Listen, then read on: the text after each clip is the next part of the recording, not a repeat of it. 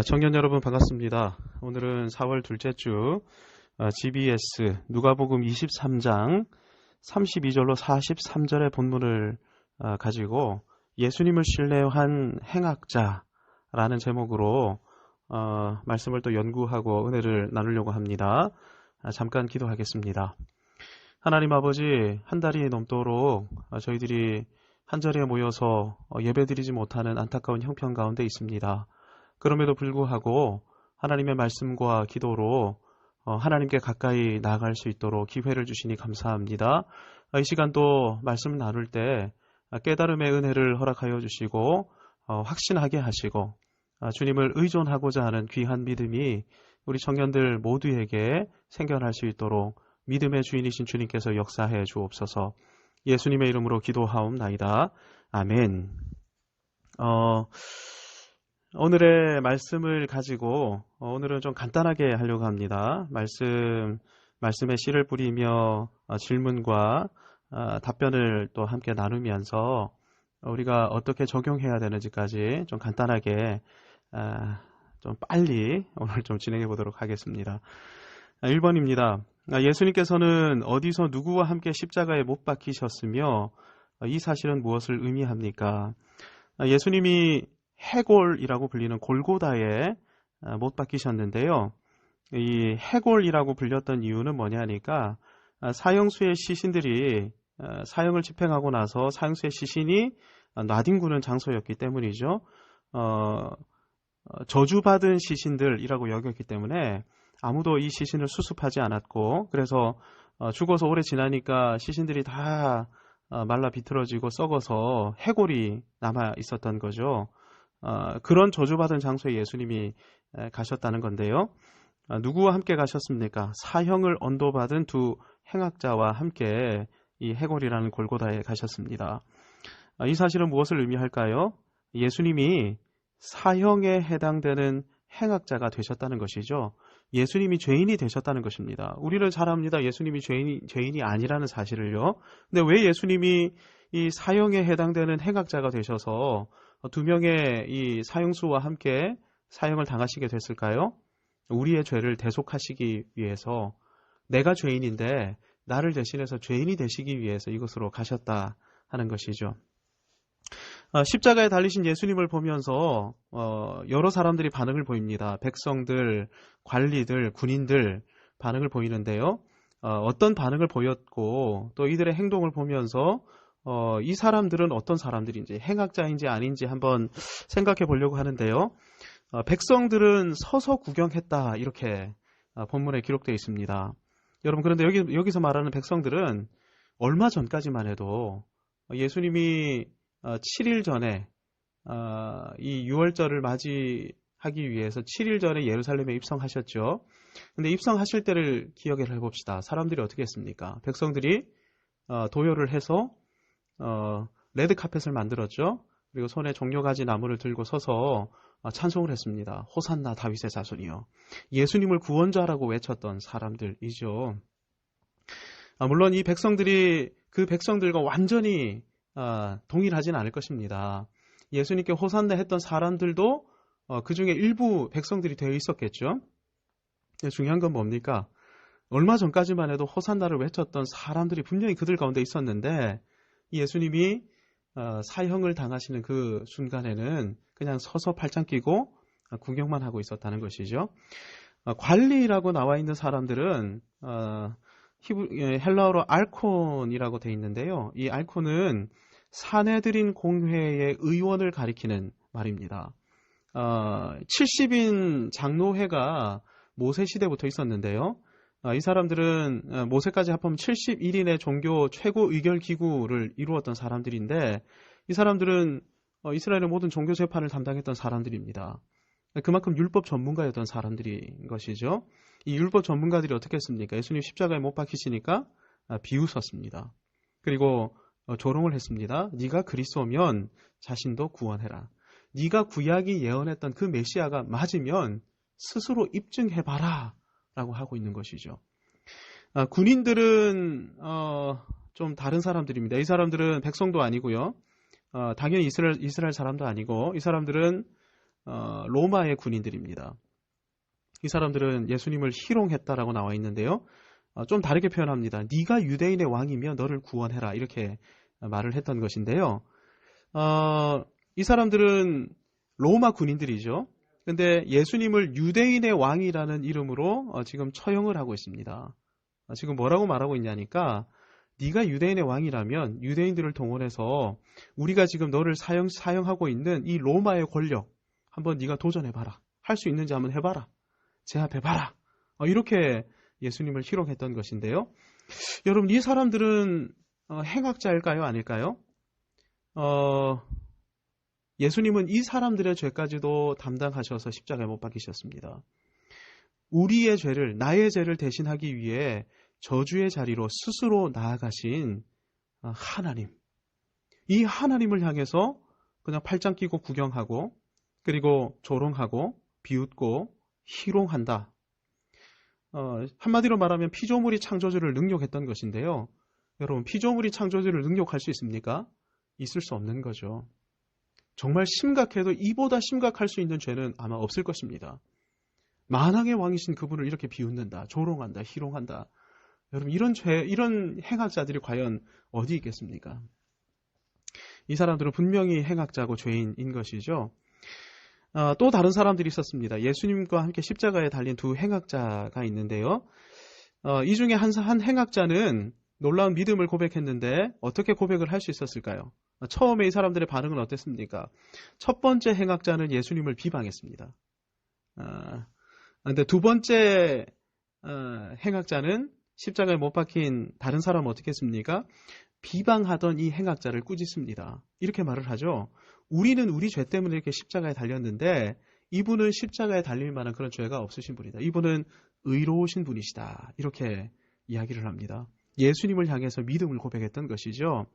그리고 뿐만 아니라 이 사람은 예수여 당신의 나라가 임하실 때 나를 기억하소서라고 이야기합니다. 이 말이 무슨 말입니까? 나도 당신을 따라서 당신의 나라에 천국에 가기를 원합니다. 그런데 내가 들어갈 수 있는지 없는지 여부는 누구 손에 달려있다? 예수님 당신 손에 달려 있습니다. 당신은 천국의 주인입니다. 당신이 천국의 열쇠를 가지고 있습니다. 당신만이 나를 이끌 수 있는 자격을 가지고 있습니다. 여러분 똑같이 지금 십자가에 매달려 죽어가고 있는데 예수님을 향해서 이렇게 고백했던 것이죠. 놀라운 믿음의 고백이 아닐 수 없습니다. 어떻게 그럼 이 사람이 이렇게 고백할 수 있었을까요? 일단은 예수님을 보았기 때문이죠. 조롱과 비방이 난무하는 이 상황에서 예수님은 전혀 다르게 반응하셨던 것입니다. 예수님의 그 가상 실언 중에 이렇게 말씀하셨던 내용이 있습니다. 아버지여, 저들이 어떤 죄를 범하는지 알지 못하고 있습니다. 알지 못하고 저렇게 하고 있습니다. 저들을 용서해 주십시오. 이건 일반적인 죄인들은 십자가에 달려 죽어가고 있는 사람들은 할 수 없는 고백입니다. 그냥 악에 받쳐서 소리 지르거나 사실은 그렇게 해야 하는데 예수님은 전혀 다르게 반응하시는 것이죠. 예수님을 만나서 보니까 그리고 예수님의 이 모습과 온유하신 모습과 또 7가지 가상 7원의 말씀을 종합해 보니까 예수님은 우리와는 전혀 다른 분이시다라는 사실을 깨달았던 것이죠. 그리고 아마 이 사람도 이스라엘 사람이니까 예수님의 갈에서 들은 소문이 있었을 것입니다. 예수님을 향한 기본적인 어떤 지식이 바탕이 되었기 때문에 예수님을 보니까 이분은 정말 내가 들었던 소문의 당사자가 맞구나. 이렇게 아마 생각을 해서 믿음을 고백했던 것이 아닐까 싶은데요. 예수님께서는 자신을 기억해 달라고 요청한 이 두 번째 행악자에게 뭐라고 말씀하셨을까요? 그리고 이 사람의 어떤 이런 모습을 통해서 알 수 있는 사실은 무엇입니까?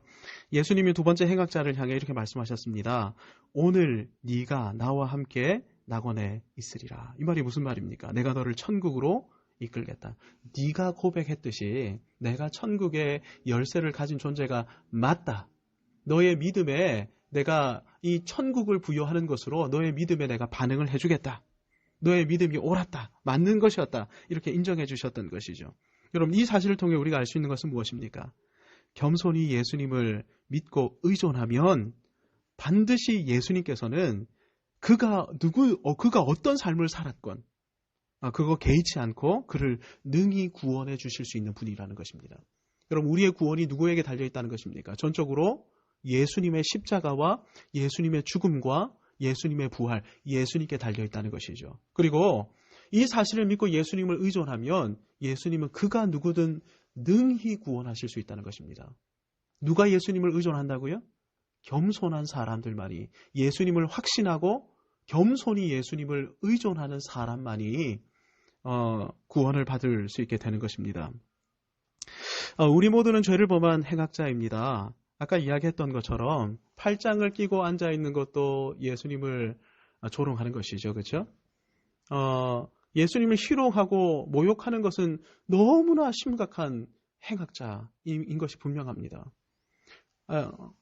예배당에서는 하나님을 찬양하고 고백하는데 세상에서 예수님의 이름이 조롱당하는 이 엄중한 상황에는 그냥 팔짱 끼고 앉아있다? 그게 바로 죄인의 어떤 증거인 것이죠. 우리는 모두가 죄 행악자들입니다. 하지만 예수님을 구주로 인정했기에 그때부터 우리는 의인이 될 수 있는데요. 그러므로 그리스도인은 언제나 예수님께서 구주이심을 인정하며 예수님을 신뢰한 행악자처럼 믿음의 고백을 해야 하는데요. 나는 이런 고백을 할 수 있습니까? 여러분 이런 고백 할 수 있습니까? 우리 신학의 선배들은 믿음을 이렇게 정의했습니다. 믿음은 지식과 확신과 의존이라고 정의를 했는데요. 예수님을 믿고 예수님을 의존하는 삶을 살아가고 있습니까? 나의 믿음은 참된 믿음 맞습니까? 나의 믿음은 정말 구원을 불러일으키는 그런 믿음이 맞습니까? 두 번째 행악자와 같은 그런 믿음이 나에게 있는지 여러분 한번 점검해 보시기 바랍니다. 마지막 6번인데요. 어떤 상황에서도 주님 앞에 겸손히 내 삶을 맡겨드리는 믿음을 갖기 위해 내 안에 바꿔야 할 모습은 무엇인지 돌아보고 함께 나눠봅시다. 여러분 아까 믿음은 세 가지라고 했습니다. 지식과 확신과 의존이라고 했는데요. 여러분 이런 부분에서 좀 스스로에게 적용했으면 좋겠습니다. 예수 그리스도를 향한 지식. 그러니까 예수님은 구원자이십니다. 그리고 하나님이십니다. 이분을 향한 지식이 내가 어느 정도 가지고 있는가? 그리고 이 지식을 증가시키기 위해 내가 무엇을 해야 하는가? 여러분 한번 생각해 보기 바랍니다. 그리고 나 자신을 향한 지식도 가지고 있어야 됩니다. 나는 죽을 죄인인 것이죠. 그렇죠? 행악자인 것이죠. 여러분 이것을 위해서 우리가 적용해야 될 것이 무엇일까요? 배우고 또 끊임없이 묵상해야 합니다. 여러분 이것을 위해서 여러분이 해야 할 것이 무엇인지 여러분 스스로에게 한번 물어보시고 정리해 보기를 바랍니다. 두 번째는 확신해야 되는데요. 여러분 확신하기 위해서 여러분이 해야 할 것은 무엇인가 한번 또 생각해 보길 바랍니다. 마지막이 의존이라고 했습니다. 의존하기 위해서 해야 될 것. 여러분 의존의 가장 정확한 그런 모습은 어려운 일이 생길 때마다 무릎 꿇고 간구하는 것일 것입니다. 간구, 기도, 또 즐거운 상황에서는 찬송하고 찬양하는 것, 그리고 기본적으로 예배 생활하는 것, 순종하는 것. 여러분 이것이 의존의 모습, 대표적인 모습일 수 있는데요. 이것을 위해서 여러분 얼만큼 여러분의 시간과 여러분의 마음을 드리고 있는지 또 이제 어떻게 해야 하는지 여러분 스스로에게 한번 적용해 보시기 바랍니다. 예수님을 신뢰한 사람은 그가 어떤 삶을 살았던 그가 어떤 행악자이건 간에 예수님의 구원을 누릴 수 있게 됩니다. 이런 구원이 우리 청년들 모두에게 충만하기를 소원합니다. 기도하겠습니다. 하나님 아버지, 예수 그리스도를 알고 확신하고 의존하기만 한다면 그가 어떤 사람이든 예수님의 구원을 누릴 수 있다고 맛보게 된다고 약속해 주시니 참으로 감사합니다.